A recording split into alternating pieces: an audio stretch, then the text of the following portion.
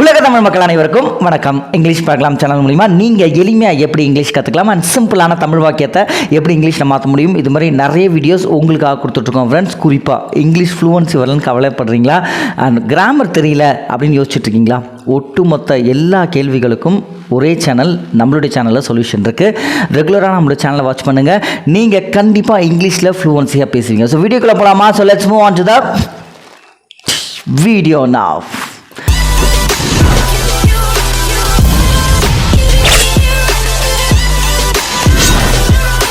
இன்றைக்கி நம்ம என்ன பார்க்க போகிறோம்னா, நீங்கள் கேட்டிருந்த கேள்விகள் ப்ளஸ் சந்தேகங்கள் இது பற்றின ஒரு ஓவரால் கிளாரிஃபிகேஷன் இந்த ஒரு வீடியோவில் பார்க்க போகிறோம். இன்றைக்கி கிளாஸஸ் எதுவுமே நடத்த போகிறதில்ல.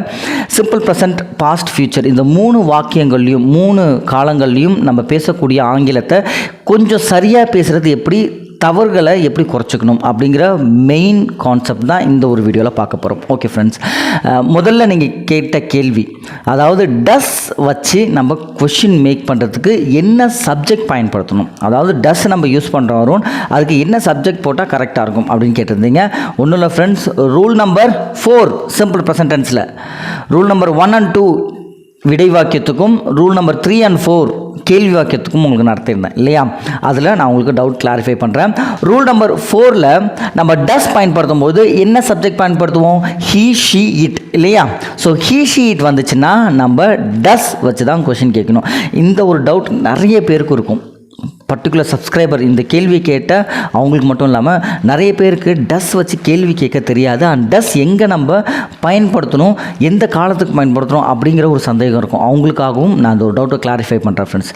இது ஒரு நிகழ்கால வாக்கியத்தில் கேள்வியாக பயன்படுத்தக்கூடிய வாக்கியம் டஸ், சரிங்களா? இந்த டஸ் வச்சு நம்ம சப்ஜெக்ட் என்ன போடலாம்னா ஹீ, ஷீ, இட், சரிங்களா?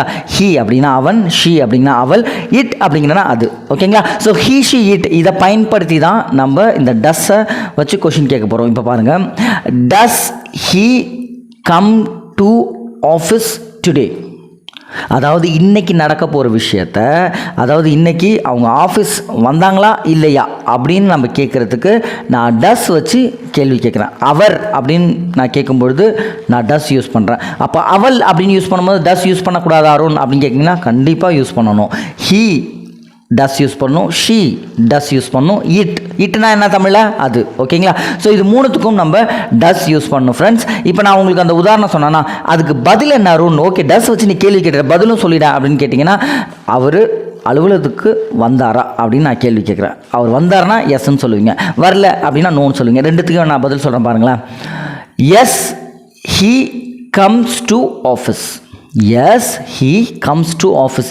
என்ன அருண் கம்முக்கு பதில் எஸ் போட்டுட்டியே அப்படின்னு கேட்டிங்கன்னா, ரூல் நம்பர் 2 கவனிக்கணும் பாருங்கள். டஸ் வச்சு கேள்வி கேட்டிருக்காங்க, அப்போது ஹீ வந்திருக்கு, ஹீ சப்ஜெக்டாக வந்துச்சுன்னா கம் அப்படின்னுங்கிற ஆக்ஷனுக்கு பக்கத்தில் நம்ம எஸ் ஆட் பண்ணணும். மைண்டில் நல்லா வச்சுங்க. ஒன்றும் இல்லை, டஸ் வச்சு ஒருத்தவங்க கேள்வி கேட்டாங்கனாலே பதில் வந்து வர்புக்கு பக்கத்தில் எஸ் தான் வரணும் அப்படிங்கிறத மைண்டில் ஃபிக்ஸ் பண்ணிடுங்க. ஏன்னா டஸ் வச்சு கேள்வி கேட்கும்போது அவங்க ஹீ ஷீட் தான் பயன்படுத்துவாங்க. பதிலும் நம்ம அவங்க கேட்கக்கூடிய ஹீ ஷீட்டை வச்சு தான் நம்ம சப்ஜெக்டை எடுத்து பதில் சொல்ல போகிறோம். பக்கத்தில் ஆக்ஷனுக்கு பக்கத்தில் ஒரு எஸ் மட்டும் ஆட் பண்ணணும் அப்படிங்கிறத மைண்டில் வச்சுக்கோங்க, ஓகேங்களா ஃப்ரெண்ட்ஸ்? முக்கியமாக டஸ் வந்து நம்ம நிகழ்காலத்தில் தான் பயன்படுத்தணும், ப்ரெசன்ட் டென்ஸில் தான் பயன்படுத்தணும், சரிங்களா? Okay friends, so first doubt உங்களுக்கு தெளிவாக கிளியராக புரிஞ்சிருக்கும்னு நம்புகிறேன். இன்னொரு வாட்டி சொல்கிறேன், டஸ் அப்படிங்கிறது ஒன்றும் இல்லை ஃப்ரெண்ட்ஸ், நம்ம ஹீ ஷீட் பயன்படுத்தி ஒரு கேள்வி வாக்கியத்தில் நிகழ்காலத்தில் கேட்கப்படக்கூடிய ஒரு கேள்வி. இன்னொரு உதாரணம் வேணால் உங்களுக்காக கொடுத்துறேன். இட் வச்சு நான் கேட்குறேன் பாருங்களேன். Does it eat, does it eat, சரிங்களா? அது சாப்பிடுகிறதா அப்படின்னு நான் கேட்குறேன். இப்போ பதில் நீங்கள் தான் சொல்ல போகிறீங்க. Does he eat? S he eats. இப்போது 2 கேள்வி நான் உங்கள்கிட்ட கேட்டிருக்கேன். டஸ் ஹீ கம் டு ஆஃபீஸ்ன்னு கேட்டிருக்கேன், டஸ் இட் ஈட் அப்படின்னு கேட்டிருக்கேன். இப்போ 2த்துக்குமே நான் நேர்மறை பதில் சொல்லிட்டேன். நேர்மறைனா அதாவது ஒரு விஷயம், ஆமாம் இவங்க வந்தாங்க, ஆமாம் அது சாப்பிடுது. இப்போ இல்லை அவர் ஆஃபீஸ்க்கு வரல, இல்லை அது சாப்பிடல. இப்போ நீங்கள் 2த்துக்குமே எதிர்மறையாக பதில் சொல்லணும். எப்படி சொல்லுவீங்க? இதுதான் என்னுடைய கொஷின். இப்போ இதுக்கும் நம்ம டஸ் யூஸ் பண்ணணும். கேள்விக்கு மட்டும்தான் டஸ் யூஸ் பண்ணுமாறும் அப்படின்னு கேட்டிங்கன்னா கிடையவே கிடையாது, இல்லவே இல்லை. நம்ம ஒரு நிகழ்காலத்தில் ஒரு பதில் சொல்கிறதுக்கு எதிர்மறையாக ஒரு விஷயம் நடக்கலை, ஒரு விஷயம் செய்யலை அப்படின்னு நம்ம ஹீ ஷீ இட் வச்சு பயன்படுத்தினோன்னா அப்பையும் டஸ் யூஸ் பண்ணணும், அதுக்கு பக்கத்தில் நாட்டுன்னு ஒன்று போடணும், அவ்வளோதான், சிம்பிள். ஓகேங்களா ஃப்ரெண்ட்ஸ்? ஸோ இப்போ பாருங்கள், கேள்வி வாக்கியத்துக்கு மட்டும்தான் நீங்கள் கொஷின் கேட்டீங்க, டவுட் கேட்டீங்க. நான் இப்போ பதிலுக்கும் உங்களுக்கு கிளாரிஃபை பண்ணுறேன். ஏன்னா நம்மளுடைய சப்ஸ்கிரைபர் வியூவர்ஸ்க்கு தெளிவாக கிளியராக புரியணும் அப்படிங்கிறதுக்காக தான். ஒரு நிமிஷம் 2 நிமிஷம் கூட போனால் என்ன, நம்ம பிள்ளைங்களுக்கு ஒரு விஷயத்த முழுமையாக ஃபுல்லாக சொல்லிக் கொடுப்போமே அப்படிங்கிற ஒரு ஐடியாவில் தான் உங்களுக்கு இந்த பதில் வாக்கியமும் எக்ஸ்ட்ரா போனஸாக ஒரு பெனிஃபிட்டாக சொல்கிறேன். பாருங்கள், no he doesn't come to office. No he doesn't. இப்போ டசன்ட்னா எங்கேருந்து வந்துச்சு அப்படின்னா டஸ் நாட்டோட கான்ட்ராக்ட் ஃபார்ம், ஷார்ட் ஃபார்ம் தான் நான் டசன்ட்னு சொல்கிறேன். ஓகேங்களா? So does not. இப்போ நான் உங்களுக்கு புரிகிற மாதிரியே நான் ஃபுல் ஃபார்மாகவே சொல்கிறேன். நான் ஒரு பிகனர்ஸ் ஆரம்பத்தில் இருக்கக்கூடியவங்க, அருண் டஸ் நாட்டை வச்சு சொல்லு அருண் அப்படின்னு கேட்டிங்கன்னா, எஸ் அப்படின்னு நான் சொல்லும்போது நேர்மறை வாக்கியம் வர்றது, நோ அப்படின்னு சொல்லும்போது எதிர்மறை வாக்கியம் ஆயிடுது. No he does not come to office today. ஓகேங்களா? ஸோ டஸ் நாட் எங்கே வருதுன்னு புரியுதுங்களா? தெளிவாக கிளியராக புரிஞ்சுதுங்களா? கேள்வி டஸ் வச்சு வரும்பொழுது, பதிலில் வரும்பொழுது நம்ம வேர்போட ஆக்ஷனோட ஒரு எஸ் தான் ஆட் பண்ணுவோம். அதே எதிர்மறையாக வரும்பொழுது அந்த டஸ் போட்டு அதோட ஒரு நாட் ஆட் பண்ணி, கவனிங்க, முக்கியமாக அதில் ஒன்று கவனிக்கணும், நல்லா கவனிங்க. அருண், நேர்மறையில் நம்ம அந்த ஒரு ஆக்ஷன் பக்கத்தில் எஸ் போடுறோம், ஆனால் எதிர்மறை டஸ் நாட்னு வரும்பொழுது அந்த டஸ் நாட் அப்படின்னு போடுறதுனால அந்த எஸ்ஸு டஸ்ஸுக்கு பக்கத்தில் வர்றதுனால வர்புக்கு பக்கத்தில் எஸ்ஸு வராது. வர்புக்கு பக்கத்தில் எஸ் வரவே வராது. நல்லா மைண்டில் வச்சுக்கணும். No he does not come to office அப்படின்னு தான் நான் சொல்கிறேன். No he does not comes to ஆஃபீஸ்ன்னு நான் சொல்லலை. நான் நேர்மறையாக சொல்லும்போது தான் எஸ் ஆட் பண்ணுறேன், எதிர்மறையாக சொல்லும்பொழுது டஸ் நாட்டுக்கு பக்கத்தில் கம்மு மட்டும்தான் போடுறேன். கிளியராக தெளிவாக புரிஞ்சுதுங்களா ஃப்ரெண்ட்ஸ்? ஓகேங்களா? இப்போ அடுத்து பாருங்கள், நோ அது சாப்பிடுகிறதா அப்படின்னு நான் கேட்கும்போது இல்லை சாப்பிடல அப்படின்னா, no it doesn't, it does not eat, அவ்வளோதான். ஈட்டோடு நிறுத்திக்கிறேன், எஸ் ஆட் பண்ணவே இல்லை. இட் டஸ் நாட் ஈட், அவ்வளோதான். சரிங்களா ஃப்ரெண்ட்ஸ்? கிளியராக தெளிவாக டஸ் எங்கே பயன்படுத்துகிறோம் அப்படிங்கிறது புரிஞ்சுட்டுங்களா? சந்தேகங்கள் ஏதாவது இருந்துச்சுன்னா, இன்னும் உங்களுக்கு டவுட்ஸ் இருக்கா அப்படின்னாலும் நீங்கள் கமெண்ட் செக்ஷனில் சொல்லுங்கள். கண்டிப்பாக நான் உங்களுக்கு கிளாரிஃபை பண்ணுறேன். ஓகேங்களா ஃப்ரெண்ட்ஸ்? ஸோ 2வது டவுட்ஸ் என்ன கேட்டிருந்தாங்க? ஓகே, ஸோ ரெண்டாவது விஷயம் என்னென்னா, ஃப்யூச்சர் டென்ஸ், எதிர்கால வாக்கியம். எதிர்கால வாக்கியத்தில் ஒரு பதில் சொல்லும்போது ஐஎன்ஜி பயன்படுத்தலாமா அப்படின்னு கேட்குறாங்க. ஓகே, ஃப்யூச்சர் டென்ஸ் அப்படிங்கிறது என்ன ஃப்ரெண்ட்ஸ்? எதிர்கால வாக்கியம். ஓகே, இப்போ அதில் ஒரு ஆக்ஷனுக்கு பக்கத்தில் ஐஎன்ஜி போடலாமா? இப்போது will coming, I will coming, he will coming, they will going அப்படின்னு கேட்கலாமா? ஐஎன்ஜி போடலாமான்னு கேட்குறாங்க. இப்போது நீங்கள் இந்த ரூலை நீங்கள் தெளிவாக புரிஞ்சுக்கிட்டிங்கன்னா உங்களுக்கு இப்போ நான் சொல்லக்கூடிய விஷயம் தெளிவாக புரியும். இப்போது ஐஎன்ஜி அப்படிங்கிறது என்ன சொல்லுவீங்க? ஐஎன்ஜி கண்டினியூஸாக நடக்குதா, ரெகுலராக நடந்துகிட்ருக்கா? ஐஎன்ஜி நான் உங்களுக்கு கிளாஸ் நடத்துகிறப்போ சொல்லியிருப்பேன். ஐஎன்ஜி எங்கே யூஸ் பண்ணோன்னா, ஒரு விஷயம் கண்டினியூஸாக நடந்துகிட்ருக்கு, ஒரு விஷயம் கொண்டு அப்படின்னு தமிழில் நம்ம டிரான்ஸ்ஃபார்ம் பண்ணோம், சேஞ்ச் பண்ணோம் அப்படின்னா, கொண்டு அப்படின்னா நடந்து கொண்டு இருக்கிறது, ஓடிக்கொண்டு இருக்கிறது, சரிங்களா, படித்து கொண்டு இருக்கிறது, இது மாதிரியான விஷயங்கள். ஒரு விஷயம் கண்டினியூஸாக கொண்டு அப்படின்னு யூஸ் பண்ணும்போது நம்ம ஐஎன்ஜி பயன்படுத்துகிறோம் அப்படின்னு தெளிவாக சொல்லியிருக்கிறேன் ஃப்ரெண்ட்ஸ். இப்போது நம்ம ஐஎன்ஜி எடுத்துகிட்டு ஃப்யூச்சர் டென்ஸில் பயன்படுத்தலாமா அப்படின்னு கேட்டிருக்காங்க. இந்த டவுட்டை நான் உங்களுக்கு சிம்பிளாக புரிய வைக்கேன் பாருங்களேன். எதிர்காலத்தில் நம்ம கண்டினியூஸ் டென்ஸில் பேசலாமா அப்படின்னு கேட்டிங்கன்னா பேசலாம். ஆனால் நம்ம என்ன பயன்படுத்தணும், அதாவது ஃப்யூச்சர் டென்ஸில் நம்ம கண்டினியூஸில் பேசலாம். அப்போ ஐஎன்ஜி யூஸ் பண்ணாலே நான் என்ன சொல்கிறேன், இன்டைரக்டாக உங்களுக்கு சொல்லித்தரது என்னென்னா, ஐஎன்ஜி வந்தாலே ஒரு கண்டினியூஸ் டென்ஸ், ஒரு நடந்து கொண்டு இருக்கக்கூடிய ஒரு விஷயம். அது இறந்த காலத்துலையாக இருக்கலாம், நிகழ்காலத்துலையாக இருக்கலாம், எதிர்காலத்துலையாக இருக்கலாம். அப்போது எப்படி சொல்கிறேன், ப்ரெசன்ட் கண்டினியூஸாக இருக்கலாம், பாஸ்ட் கண்டினியூஸாக இருக்கலாம், ஃப்யூச்சர் கண்டினியூஸாக இருக்கலாம். இப்போது ஃப்யூச்சருக்கு பக்கத்தில் ஐஎன்ஜி நீங்கள் போடணுன்னா, வில்லுக்கு பக்கத்தில் ஐஎன்ஜி போடக்கூடாது. வில் பி அப்படிங்கிறதுக்கு பக்கத்தில், ஆக்ஷனுக்கு பக்கத்தில் ஐஎன்ஜி போடலாம். சரிங்களா ஃப்ரெண்ட்ஸ்? Will be coming. இப்போது ரெண்டுத்துக்கு நான் ஒரு டிஃப்ரென்ஸ் சொல்கிறேன். சிம்பிள் ஃப்யூச்சர் டென்ஸ் ஒரு வாக்கியம் சொல்கிறேன், ஃப்யூச்சர் கண்டினியூஸ் டென்ஸ்க்கு இன்னொரு வாக்கியம் சொல்கிறேன். 2 உதாரணம் சொல்கிறேன். ரெண்டுத்துக்குள்ள வேறுபாடுகளை சொல்லணும்னா உங்களுக்கு கிளியராக புரிஞ்சிடும். வில்லுக்கு பக்கத்தில் நம்ம ஐஎன்ஜி பயன்படுத்தணுமா, இல்லை வில் பிக்கு பக்கத்தில் ஐஎன்ஜி பயன்படுத்தணுமா அப்படிங்கிறது. சரிங்களா? இப்போ பாருங்கள், தே வில் பி கம்மிங் அப்படின்னு சொல்கிறேன், சென்டென்ஸு கரெக்டு. சரிங்களா? இப்போ பாருங்கள், he will come, he will come அப்படின்னு சொல்கிறேன், தே வில் பி கம்மிங் சொல்கிறேன். இதுவும் கரெக்டு, இதுவும் கரெக்டு. இப்போ இதில் என்ன விஷயம், நம்மளோட அர்த்தம் கரெக்டாக புரிஞ்சுக்கிட்டோன்னா நம்ம அடுத்த சென்டென்ஸ் ஈஸியாக தெளிவாக மேக் பண்ணலாம். இந்த ஐஎன்ஜி எங்கே பயன்படுத்தணும் அப்படிங்கிறது உங்களுக்கு தெரிஞ்சிடும். இப்போ இதுக்கு நான் என்ன பேர் கொடுக்குறேன்னா future continuous tense, they will be coming சொன்னது. இப்போது ஹீ வில் கம் அப்படின்னு கொடுத்துருக்கானா, அதை நான் வந்து சிம்பிள் ஃப்யூச்சர் டென்ஸ், ஜஸ்ட்டு ஒரு எதிர்கால வாக்கியம், எதிர்காலத்தில் ஒரு வாக்கியத்தை ரெடி பண்ணுறதுக்கு நான் இதை யூஸ் பண்ணுறேன். எதிர்காலத்தில் கண்டினியூஸ் டென்ஸ் ரெகுலராக நடந்துகிட்ருக்கு, அப்போது அந்த ஒரு வாக்கியத்துக்கு நான் இதை பயன்படுத்துகிறேன். இப்போது நல்லா கவனிங்க, இதுக்கு தமிழ் மீனிங் என்ன சொல்கிறேன், தே வில் பி கம்மிங், அவர்கள் வந்து கொண்டு இருப்பார்கள், அவர்கள் வந்து கொண்டு இருப்பார்கள் அப்படிங்கிறத நான் வந்து தே வில் பி கம்மிங் சொல்கிறேன். இப்போது இதுவே ஹீ வில் கம்னா அவர் வருவார், அவ்வளோதான்.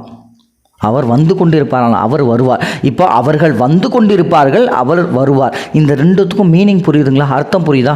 Future continuous tense, future tense, simple future tense, future continuous tense. இந்த ரெண்டுத்துக்கும் கன்ஃபியூஷன் பண்ணிக்காதீங்க, தெளிவாக புரிஞ்சுக்கோங்க. ஒரே விஷயம், வில் பி பக்கத்தில் ஒரு ஆக்ஷன் போட்டிங்கன்னா ஐஎன்ஜி போடலாம். அதே சமயம் ரெண்டாவது டவுட் என்ன கேட்டிங்க, எஸ் இந்த வில் மட்டும் வந்துச்சுன்னா பக்கத்தில் ஐஎன்ஜி போடலாமான்னு கேட்டிருந்தீங்க இல்லையா? வில்லுக்கு பக்கத்தில் ஒரு ப்ரெசன்ட் வர்பு தான் வரணும், ப்ரெசன்ட் வர்பு தான் வரணும். நல்லா மைண்டில் ஃபிக்ஸ் பண்ணிங்க, அதுதான் உங்களோட சிம்பிள் ஃப்யூச்சர் டென்ஸ். ஓகேங்களா ஃப்ரெண்ட்ஸ்? ஸோ 2 டவுட் உங்களுக்கு கிளியராக புரிஞ்சுதுங்களா? இன்றைக்கி நம்ம ஒரு 4 டவுட்ஸ் மட்டும் பார்க்கலாம். ஓகேங்களா? 3வது டவுட் பார்க்கலாமா? ஸோ 3rd டவுட் என்ன அப்படின்னு பார்த்துக்கிட்டோன்னா, okay on in, okay on in இது ரெண்டுத்துக்கும் உள்ள டிஃப்ரென்ஸ் கேட்டிருக்காங்க. சரிங்களா? ஆன் அப்படின்னா என்ன, ஆன் இன் அப்படிங்கிறதுக்கும் ரெண்டுத்துக்கும் உள்ள சென்டென்ஸ். ஓகே, இதை நம்ம எங்கே பயன்படுத்தணும், வேர் டு யூஸ். ஆன் அப்படிங்கிறது என்னென்ன ஃப்ரெண்ட்ஸ், இப்போது ஆன் இன் அப்படின்னா என்ன அப்படிங்கிறத ஃபஸ்ட்டு தெரிஞ்சுக்கலாம். அதுக்கப்புறம் நம்ம இதை எங்கே பயன்படுத்தலாம் அப்படிங்கிறத புரிஞ்சுக்கலாம். ஆன் இன் இதை பற்றின ஒரு தெளிவான ஒரு செப்பரேட்டான ஒரு வீடியோ நம்ம சேனலில் போட்டிருக்கோன்னு நினைக்கிறேன். I hope so. ஒரு 2 months before on in, for, into, behind, இது மாதிரி ப்ரிப்போசிஷன் சம்மந்தமான வீடியோஸ் உங்களுக்கு கண்டிப்பாக கொடுத்துருப்பேன். ஒரு செட் ஆஃப் சீரீஸில் நான் உங்களுக்கு கொடுத்துருப்பேன். பட் இருந்தாலும் அவங்க கேட்ட டவுட்டை நம்ம கிளியர் பண்ணிவிடும். எங்கே பயன்படுத்தணும், ஃபஸ்ட்டு ஆன் இன் அப்படின்னா என்னன்னு பார்க்கலாம். இது ஒரு ப்ரிப்போசிஷன் நான் சொல்கிறேன், இது ஒரு ப்ரிப்போசிஷன். இந்த ப்ரிப்போசிஷனை நம்ம எங்கே பயன்படுத்த முடியும், எங்கே பயன்படுத்தலாம், அதாவது ஒரு வாக்கியத்தை நம்ம கொஞ்சம் ஸ்பெசிஃபிக்காக பேசணும், ஒரு விஷயத்தை கொஞ்சம் அக்யூரஸியாக பேசணும், எக்ஸ்ட்ரா தகவல் கொடுத்து பேசணும், 2 வாக்கியத்தை இணைக்கிறதுக்கு நம்ம பயன்படுத்துகிறோம். இது மாதிரியான கண்டிஷன்ஸில் நம்ம இது மாதிரி குட்டி குட்டி ப்ரிப்போஷன்ஸாக பயன்படுத்தலாம். இது மட்டும்தான் ப்ரிப்போஷன் ஆகணும் அப்படின்னு கேட்டிங்கன்னா, இன்னு, ஆனு, ஃபாரு, ஃப்ரம்மு, டூவு, இது மாதிரி நிறைய இருக்குது. அபவுட்டு, அரவுண்டு, பிட்வீனு, பிஹைண்டு, ஆப்போசிட்டு, இது மாதிரி ஒவ்வொன்றுமே ஒவ்வொரு தனித்துவமான ப்ரிப்போசிஷன். இது ஒன்றொன்றுத்தையும் உங்களுக்கு கிளியராக தெளிவாக இந்த 45 days கிளாஸில் உங்களுக்கு 1 by 1 சொல்லுவேன். இருந்தாலும் இப்போ டவுட் கேட்டிருக்கிறதுனால நான் கிளாரிஃபை பண்ணுறேன்.